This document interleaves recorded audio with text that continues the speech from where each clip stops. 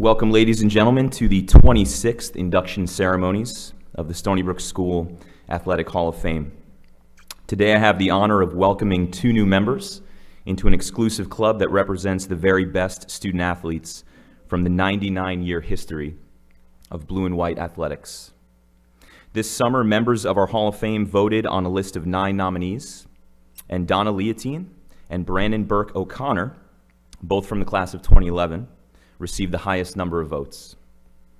I was so pleased with both selections as I had the absolute privilege of watching countless games played by each of these women that energized our community with thrilling wins and championship performances. Our first inductee is Donna Liotine, who transferred into the Brook in the middle of her sophomore year after the soccer season had already ended. We could have used you in the state Final Four that year. But she did arrive in time for basketball and earned a starting role on a team that won league, county, Long Island, and regional championships on the way to the program's first state Final Four berth. The role Donna played on the basketball team was impressive, in part because it was so different from the role she occupied on the soccer team. You'll hear more about her soccer accolades in a few moments, but essentially she did it all and was the primary scorer on the greatest soccer team our school has ever had. On the basketball squad, beside lethal scoring threats like Brannon Burke and Danielle Spiliotis, Donna's role was more unsung and founded on rebounding and gritty defense, as evidenced by this shot of her in the 2009 Long Island Championship. Oyster Bay really wants the foul there. Donna embraced that background role with as much passion and commitment as she did carrying the mantle of being our soccer team's most valuable player. Her play on the soccer field should have left no doubt that Donna was a true competitor. But in case any doubt remained, watching her on the court made that fact clear. Donna's truest calling was on the soccer field, where she was the fulcrum of a girls' soccer dynasty that won 2 county titles, a Long Island title, a regional title, and our school's first state championship in her 2 seasons. We could take a good chunk of the morning recounting Donna's accolades and memorable performances. 2-time All-League, 2-time All-County, All-Long Island, 2-time first-team All-State, 4 goals versus Mercy, which stood as a school record for 9 years, 2 goals and 4 assists versus Pearson, a hat trick versus Mercy. You really tortured Mercy. The list goes on and on. Every time Donna stepped on the field felt like a chance to see something spectacular. Her most spectacular moment, in a career full of them, came on a cold November day in Cortland, New York. Across the field stood the #1 ranked team in the state, the owners of a 22-match winning streak, Sequoia Valley. On the line was the New York State Championship, a goal no previous Stony Brook team in any sport had ever attained. The Indians struck first to take a 1-0 lead, but Donna provided a crucial answer just 3 minutes later. On a free kick from 30 yards out, Donna struck what is, given the moment and the execution, the greatest goal in the history of Stony Brook soccer. Curving a shot around a wall of defenders and into the top right corner to knot the game. That's the picture of the shot. Then, with 33 minutes left in the match, she assisted Michelle Hennessy for what proved to be the winning margin in the historic victory.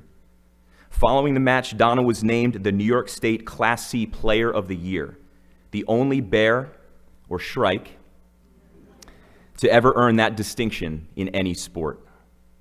When Donna and I spoke this week, she said of the game and the award, "To this day, it's the most rewarding memory and greatest honor of my athletic career." I spoke with Donna's soccer coach, Mark Meningo, this week, and when I mentioned Donna's name, I could sense a wide smile spreading across his mustached face and heard an excitement in his voice. He remembered Donna not just as the star player on a very talented team, but the kind of player who never took a day off, played hard in every practice, and led the team by example. He closed by saying, Donna earned the respect of her teammates and opponents and could always be counted on to take control in the big moments.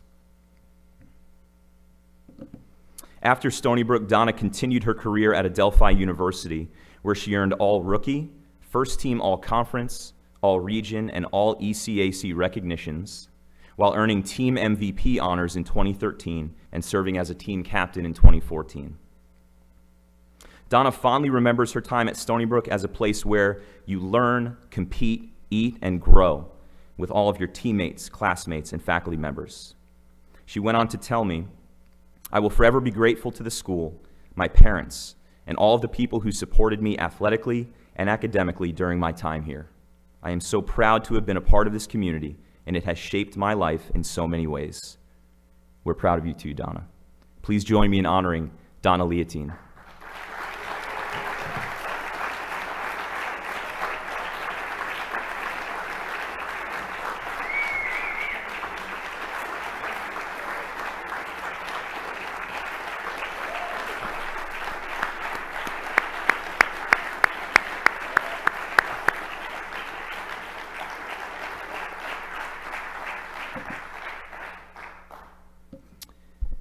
Our next inductee this morning is Brannon Burke O'Connor, who, like Donna, also came to Stony Brook as a sophomore.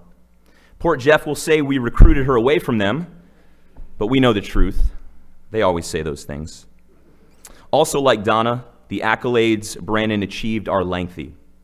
Two-time All-State in basketball, All-County in basketball and discus, numerous All-League and All-Conference honors, the 2011 Girls Basketball League MVP, the Swanson Best All-Around Athlete Award, along with 5 other class night trophies. But to sum Brannon up with a list of individual achievements would be to miss her true impact on our program. Brannon had that rare combination of competitive fire, love of the game, and love of her team, balanced against her character as a true sportswoman who never failed to represent all of us in a way that could only instill pride. You need look no further than the following photograph to understand the kind of teammate Brannon was. She sustained an injury during her first soccer season with us, but that setback did not dim her enthusiasm for her teammates or her passion to win. In this photo, she is cheering on Karina Scavo's late goal that sealed a 2-1 victory over Friends Academy in the Long Island Championship. She hated not being out there, but if she couldn't be on the field, she was going to make sure her presence was still felt. She was back on the field in 2010, providing the county champions with a defensive anchor in the backfield. She showed her athletic versatility in the spring, where she earned all-county distinction as a discus thrower. Her 92-foot, 9-inch heave was good enough for 12th best in all of Suffolk County and earned her a berth in the New York State Championships. But her first love was always basketball. From the time she stepped onto the hardwood her sophomore year, she asserted herself as a devastating scorer and a hard-nosed defender. But beyond that, her maturity and poise in big moments is what set her apart from so many other great players. It would be easier to list the things she did not accomplish on the court than to attempt to catalog everything she did. But here are some highlights. Becoming just the 5th Stony Brook girls basketball player to score 1,000 career points. Outscoring Port Jeff by herself, 35-30, to rack up the 3rd highest single game total in the county that year. Averaging 17.3 points per game in 2011, 7th best in the county. Hitting 5 3-pointers versus Shelter Island, the 3rd highest single game total in the county that year. But Brannon would be the first to tell you that those individual accolades meant little to her compared to winning with her teammates. And Brannon's teams won and won and won and won and won. 3 league titles, 3 county titles, 3 Long Island titles, a regional title, and a state Final Four berth. With Brannon, we were queens of the court. When I asked her soccer coach, Mark Meningo, some of you know him, about what made Brannon special, he talked about how some players shy away from the big moments while others embrace them. Brannon thrived when the lights were brightest, the time was short, the game was close. And we all felt good knowing she was out there and on our side. I asked Brannon to attempt to find a favorite athletic memory from her time at Stony Brook, and she mentioned playing soccer with Donna and Danielle Pappas, our all-state keeper, and she reminisced about the beautiful mosaic of the track team, but eventually she settled on the last basketball win of her Stony Brook career, the 2011 Long Island Championship victory over Friends Academy. She recalled being double-teamed all game, her best friend Natalie Estradi fouling out, and hope looking dim in the fourth quarter. I'll let Brannon finish the story. Natalie was upset, and I ran over to her, hugged her, and promised that we would win the game. And thanks to a few clutch three-pointers from Jessica Winston, we were able to move forward into states. When we needed it most, our team was able to band together and take care of business. And that's the beauty of basketball. You cannot do it by yourself, no matter who you are. With Brannon, it's still all about the team. So it's no surprise that when I asked her about her most impactful part from her time here, she talked about the people and the relationships. Friends, coaches, teachers, and dorm moms who helped expand her view beyond her small town, showed her the world, and taught her humility, empathy, honesty, and accountability. You taught us a few things too, Brannon. Through your play, we learned about the meaning of toughness, selflessness, and a willingness to sacrifice anything for the team, all while embodying a pure joy for the game. Please join me in honoring Brannon Burke O'Connor.